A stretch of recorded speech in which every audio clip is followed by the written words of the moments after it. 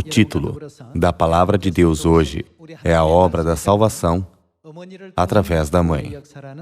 Com este assunto, vamos estudar a Palavra de Deus todos juntos. E vamos, mais uma vez, nos lembrar sobre a verdade. A verdade que as pessoas não conhecem e que Satanás quer manter afastada deve ser revelada repetidamente nesta época, porque esta é a única maneira para a humanidade voltar para a luz. Está escrito em 1 João, capítulo 1, Deus é luz. Assim, a luz deve se revelar, iluminar cada vez mais. Somente então, as forças das trevas desaparecerão e um caminho brilhante abre para os filhos da luz retornarem à verdade. Assim, nesta hora, vamos nos lembrar nos nossos corações sobre a obra da salvação através da Mãe mais uma vez. Para uma nova vida nascer no mundo, ela nasce através de uma mãe, sem nenhuma dúvida. Com todos os organismos, ocorre o mesmo. Sem uma mãe, uma vida não pode ser gerada. Por isso, Deus disse a Eva que ela deveria passar pelas dores e dar à luz filhos, no livro de Gênesis, capítulo 3. Também para Adão, Deus disse que ele deveria passar por fadigas para uma missão de cuidar de sua família ao suar. E a missão que foi dada para Eva era dar à luz aos seus filhos. Nós podemos ver como Deus dá a Adão e Eva seus deveres dolorosos, desde Gênesis, capítulo 3. Então, por que Deus descreveu a história sobre Adão e Eva em detalhes na Bíblia? De acordo com o livro de Romanos, quem Adão representa? Para conhecermos sobre Cristo, que é aquele que há de vir, devemos entender sobre Adão e Eva. Deus não deu a Adão a missão de dar à luz a um filho em meio às dores. Mas Ele deu a Eva a dura e dolorosa missão de gerar um filho. Através disso, nós podemos entender que toda a obra de dar a vida, ou seja, a vida eterna, é carregada por Eva, que representa a Mãe Celestial. Se colocarmos todas essas coisas juntas, nós podemos entender que através da Mãe, a obra da salvação deve ocorrer. E nós podemos confirmar pela Bíblia que aqueles que não creem na Mãe não serão levados à obra da salvação. A respeito disso, vamos verificar na Bíblia. Vamos para Gênesis capítulo 3, versículo 16. E a mulher disse: multiplicarei sobremodo os sofrimentos da tua gravidez. Em meio de quê? De dores darás à luz filhos. Deus tem dado o papel de gerar filhos a Eva, não a Adão. Esse papel requer muita dor. Vamos para Gênesis capítulo 3, versículo 20. E deu o homem o nome de Eva à sua mulher. Por quê? Por ser a mãe de todos os seres humanos. Como sabem bem, e vocês olharem para a nota de rodapé, Eva significa vida. Adão chamou sua esposa de vida. E Eva se tornou a mãe de todos os seres viventes.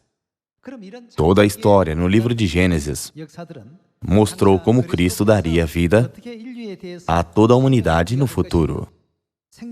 Deus registrou o assunto da salvação no livro de Gênesis. Vamos juntos para Romanos capítulo 5. Romanos capítulo 5, versículo 14.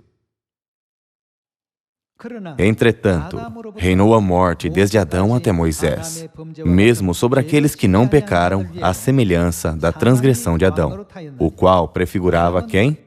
Aquele que havia de vir. Quem é aquele que havia de vir? Ele representa Cristo. Adão representa Cristo. Então, que tal Eva, que é a esposa de Adão?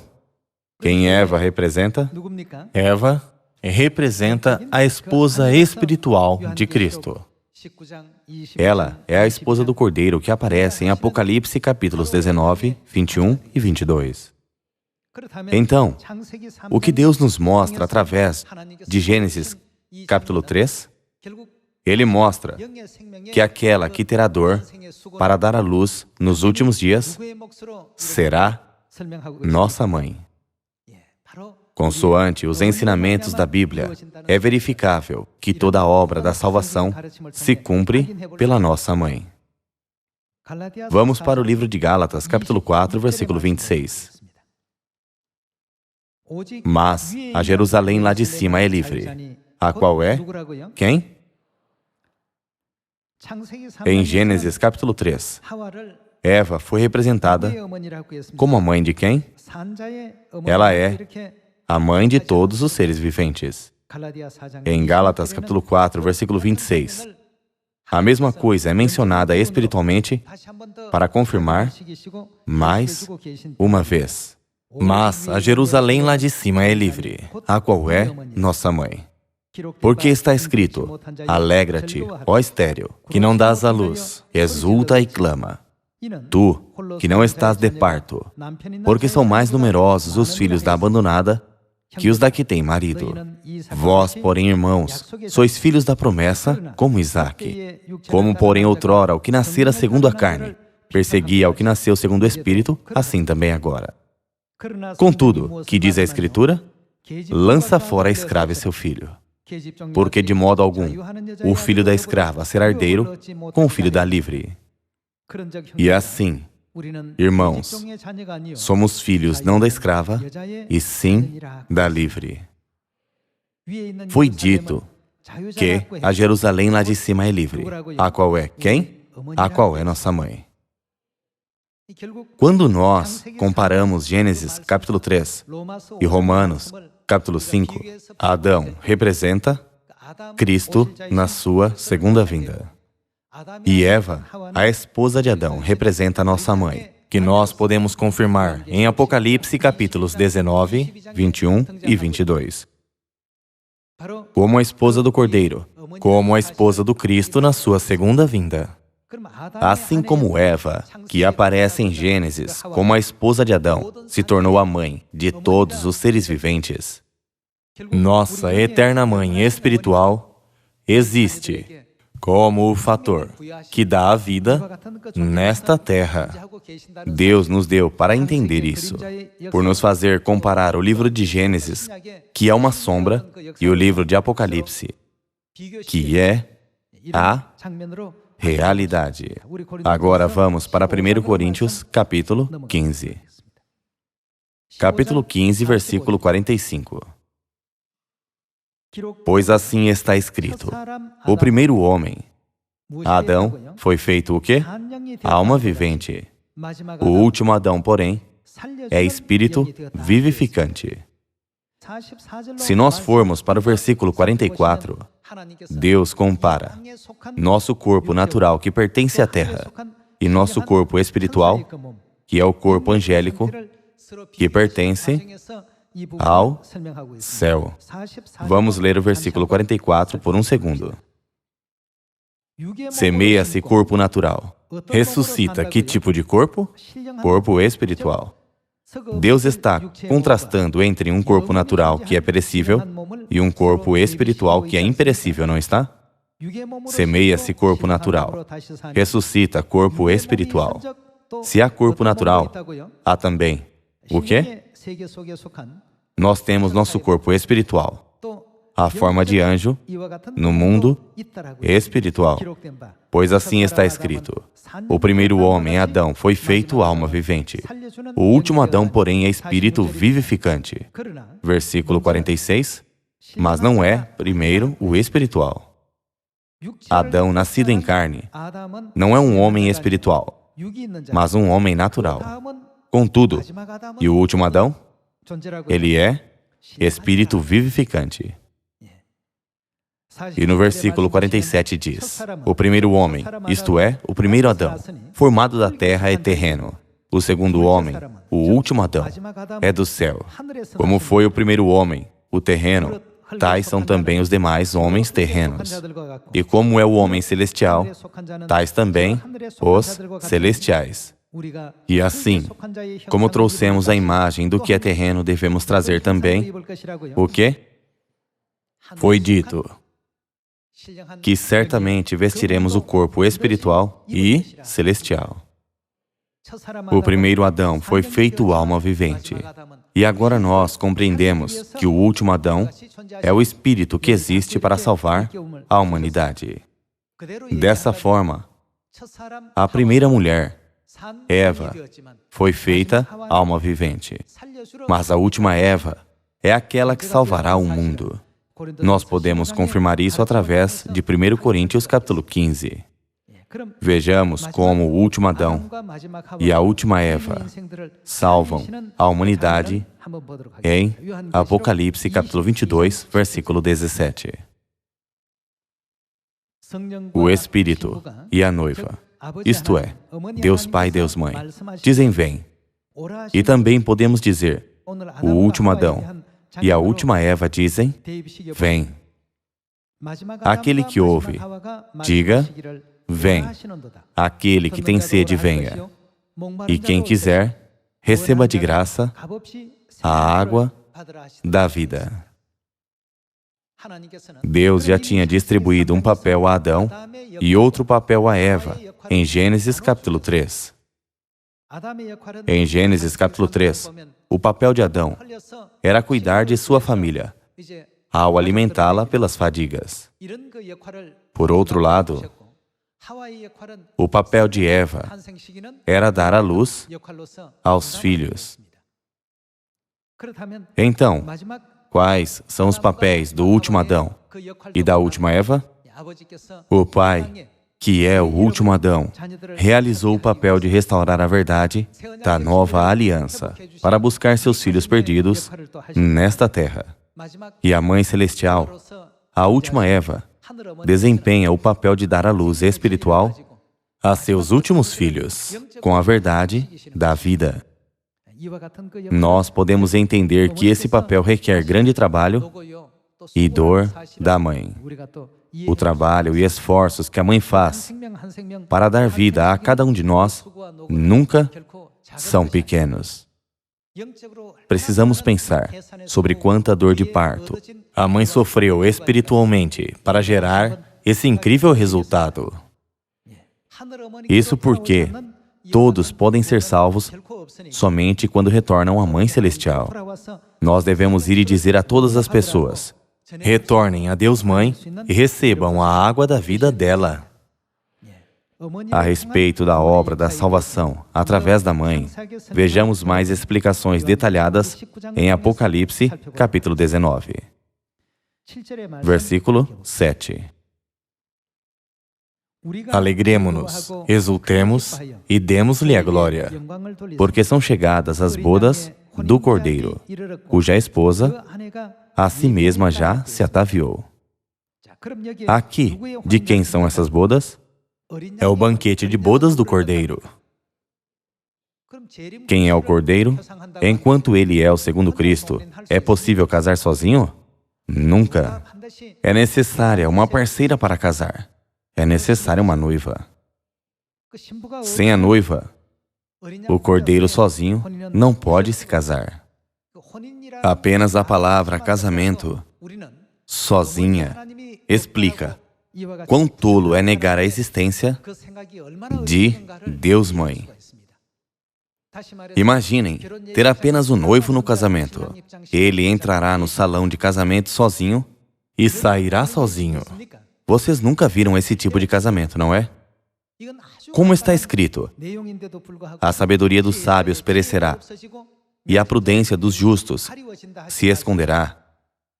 ainda que seja muito simples de entender, E Deus tenha nos dado uma pista. com a palavra bodas, um casamento, as pessoas pensam, Deus é um só, um Salvador. O único Cristo entra no casamento. Que tolo pensamento! Então, por que elas pensam assim? Porque a sabedoria dos sábios perecerá, e a prudência dos justos se esconderá. E se vocês fossem convidados a um banquete de bodas hoje, vocês não estarão ansiosos para saber quem é a noiva? Sem falta, todos pensam sobre a noiva. Agora, Deus nos disse, estas são as bodas do Cordeiro. Foi publicada a existência do noivo, o Cordeiro. E então, automaticamente, pensamos que deve haver quem também? Deve haver também a noiva. Por isso, em Apocalipse, capítulo 19, quando Deus disse que as bodas do Cordeiro chegaram, é uma explicação sobre a extensão de Adão e Eva. Vejamos capítulo 19, versículo 7. Alegremo-nos, exultemos e demos-lhe a glória, porque são chegadas as bodas do Cordeiro, cuja esposa a si mesma fez o quê? Já se ataviou. Junto com Jesus Cristo, o Cordeiro, existe a noiva de Jesus.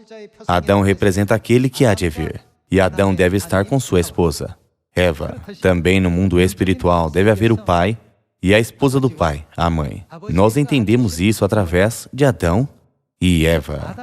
1 Coríntios capítulo 15 e Romanos capítulo 5 nos dão repetidas explicações, Cuja esposa a si mesma já se ataviou.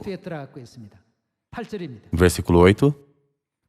Pois lhe foi dado vestir-se de linho finíssimo, resplandecente e puro, porque o linho finíssimo são os atos de justiça dos santos. E no versículo 9, então me falou o anjo, escreve, bem-aventurados aqueles que são chamados à ceia das bodas do Cordeiro. E acrescentou, são estas as verdadeiras palavras de Deus. Prostrei-me ante os seus pés para adorá-lo. Em Apocalipse capítulo 19, nós vimos que há o Cordeiro e a noiva que já se ataviou no banquete de bodas do Cordeiro. E há também os convidados que são chamados. A Bíblia diz que esses convidados são bem-aventurados. O noivo, a noiva e os convidados. Tudo está pronto. Agora, encontremos sobre a noiva novamente. Apocalipse capítulo 21. A noiva é quem fará o papel de dar a vida. Isso é um ponto muito importante para nós. Nós devemos ter firme fé que a obra da salvação é através da mãe. E devemos pregar isso para as pessoas com confiança. Apocalipse capítulo 21, versículo 9 diz, então veio um dos 7 anjos que tem as 7 taças cheias dos últimos 7 flagelos e falou comigo dizendo, vem, mostrar-te-ei a noiva, a esposa do Cordeiro. Foi dito mostrar-te-ei a noiva, certo? E me transportou em espírito até uma grande e elevada montanha e me mostrou a santa cidade, Jerusalém, que descia do céu da parte de Deus, a qual tem a glória de Deus. O seu fulgor era semelhante a uma pedra preciosíssima, como pedra de jaspe cristalina. Depois de dizer, mostrar-te-ei a noiva, o que o anjo mostrou a João? O anjo mostrou a João a santa cidade Jerusalém. Então, quem é a Jerusalém, afinal? Ela é a noiva do Cordeiro. No passado, uma pessoa me perguntou, como um cordeiro pode casar com uma cidade? Essa foi uma pergunta de alguém que não tinha um conhecimento sobre isso. Quando João estava prestes a ver quem era a esposa do Cordeiro, a cidade de Jerusalém foi mostrada. Foi por isso que a pessoa me perguntou, como um cordeiro pode casar com uma cidade? A fim de entendermos, a Bíblia explica tudo no seu conteúdo. Nós sabemos que os versículos da Bíblia tem os seus versículos pares. Sobre a Jerusalém, tem um versículo par na Bíblia. Quando alguém que não tem o conhecimento profundo da verdade lhes pergunta tal coisa, por favor, não fiquem pálidos, surpresos, mas expliquem, sendo gentis. Se alguém não conhece a Bíblia, às vezes pode ter esse tipo de pergunta. Agora vejamos Gálatas capítulo 4, versículo 26. Mas a Jerusalém lá de cima é livre. Quem foi mostrada como a esposa do Cordeiro? Então, quem é a Jerusalém que foi mostrada pelo anjo? Aqui disse que ela é a mãe de todos os nossos espíritos. Para concluir, o Cordeiro é nosso Deus Pai. E a Jerusalém, a noiva que foi comparada com a última Eva, é nossa mãe. Por isso, aqui diz, a Jerusalém lá de cima é livre. A qual é nossa mãe. A Bíblia claramente diz que nossa mãe é livre, assim como nós vimos pelo versículo. Nós não éramos livres. Nós fomos expulsos do céu, como os pecadores. Os pecadores não são descritos como livres. Somente Deus do céu é livre de todos os pecados e livre de tudo. Jerusalém lá de cima era livre desde o princípio. A Bíblia nos diz que a Jerusalém é livre, a qual é nossa mãe. Quando se trata de Adão, Deus fez com que ele passasse por dores para alimentar. Esse foi o seu papel recebido. Eva, contudo, Deus fez com que desse à luz filhos em meio de dores. Esse era o seu papel. Sempre que uma nova vida nascer, vamos nos alegrar por encontrar nossos irmãos e irmãs novamente. Mas há algo que nós devemos ter em mente. É claro, estamos felizes porque uma nova vida nasceu. É algo feliz, mas a fim de nos trazer essa felicidade, há alguém que está passando pelas dores de parto a cada momento. Nós nunca devemos nos esquecer disso. Através de Adão e Eva físicos, Deus nos fez conhecer os papéis de Deus Pai e Deus Mãe, que são o Adão e a Eva espirituais. Assim, agora somos capazes de entender que a obra da salvação não pode ser cumprida se não for pela Mãe. Deus trouxe vida física através de Adão e Eva físicos. E Deus trouxe vida eterna e espiritual através da Mãe Celestial, que é a Eva espiritual. Vamos confirmar isso, mais uma vez, através da Bíblia. Gênesis capítulo 3, versículo 16. E a mulher disse, multiplicarei sobremodo os sofrimentos da tua gravidez. Em meio de dores, farás o quê? Esse é o papel de Eva, dar à luz filhos em meio de dores. O teu desejo será para o teu marido, e ele te governará. E a Adão disse, visto que atendeste à voz de tua mulher e comeste da árvore que eu te ordenara não comesses, maldita é a terra por tua causa.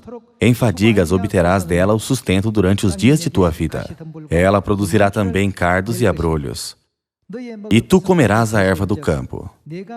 No suor do rosto comerás o teu pão, até que tornes a terra, pois dela foste formado, porque tu és pó, e ao pó tornarás. Aqui, qual é o papel de Adão? É obter o sustento da vida com fadigas. Em outras palavras, para o sustento de sua família, a parte de Adão era passar por sofrimento, fazer esforços e trabalhar duro. E o papel dado a Eva era passar por sofrimento e dor para dar à luz. Adão é figura daquele que havia de vir. Que tipo de figura? Ele é uma figura oposta. Através de um só homem, Adão, o pecado foi trazido. E através de um só homem, Cristo, o caminho da vida, para a humanidade foi aberto. Adão trouxe a morte ao mundo. E Cristo, que Adão representa, entregou vida ao mundo inteiro. Assim, a representação oposta se aplica aqui, e nós podemos confirmar mais uma vez pela Bíblia. Assim, como diferentes papéis foram dados a Adão e Eva, no livro de Gênesis, capítulo 3, assim também Deus, o Espírito Santo, e Deus Mãe, a noiva, têm diferentes papéis. Todo o trabalho final de dar vida a nós é através das dores e esforços de Deus Mãe. Através da obra da Mãe Celestial, as portas espirituais são abertas uma por uma. Nós dizemos, produzimos fruto, ou uma alma voltou à verdade com arrependimento. É claro, é nosso trabalho e papel pregar a palavra de Deus para as pessoas. Mas, até a porta do mundo espiritual ser aberta, toda a obra e esforço que Deus está passando é realmente enorme. Através das suas dores de parto, as portas da vida são abertas, uma por uma. Os seres humanos se associam com a verdade e se arrependem. Ainda que as pessoas não dessem ouvidos para a verdade, embora pregássemos 10 vezes, 20 vezes, em algum momento elas veem a verdade quando pedimos para virem. Olhando ao redor da igreja, elas derramam lágrimas e perguntam, eu posso frequentar essa igreja? Todo esse percurso de arrependimento parece ocorrer tão facilmente. Mas, na verdade, vendo os filhos pregando duro, a Mãe Celestial está fazendo orações com jejum e fazendo tantos esforços para que as portas da vida do reino dos céus sejam abertas uma por uma. Assim, muitos membros da nossa Sião têm fluído para a verdade. Nossa salvação é realizada pela Mãe. Nós devemos sempre nos lembrar deste fato. Com a fé correta na Mãe, vocês e eu, vamos pedir à Mãe por mais bênçãos, para que possamos obter abundantes, belos e graciosos frutos do Evangelho ainda mais. A Bíblia já nos diz que a obra da salvação é feita pela Mãe. Assim, nós não devemos tomar nenhum outro caminho, evitando esse caminho. Não há outros caminhos. Não podem frutificar em outros lados, mesmo que deem certo fruto. Este fruto cairá em um prazo.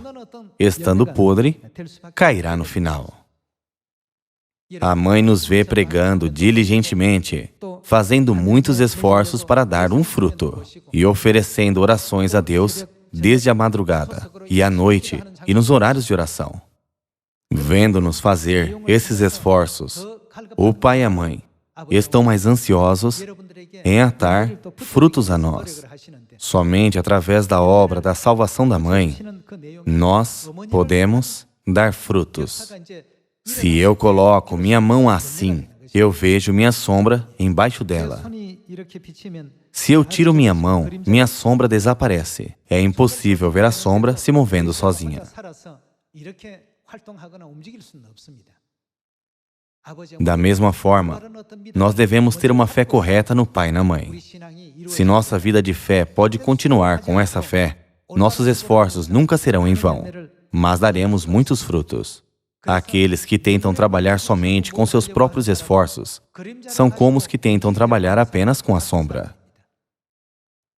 A força e esforços de cada um de nós são necessários, mas não nos esqueçamos de que, somente quando o Pai e a Mãe são comovidos pelos nossos esforços, uma alma, uma vida nasce. Eu espero que todos nós façamos parte da pregação do Evangelho, tendo nos nossos corações a palavra de Deus, a obra da salvação através da Mãe. Por aqui eu gostaria de terminar o sermão. Muito obrigado.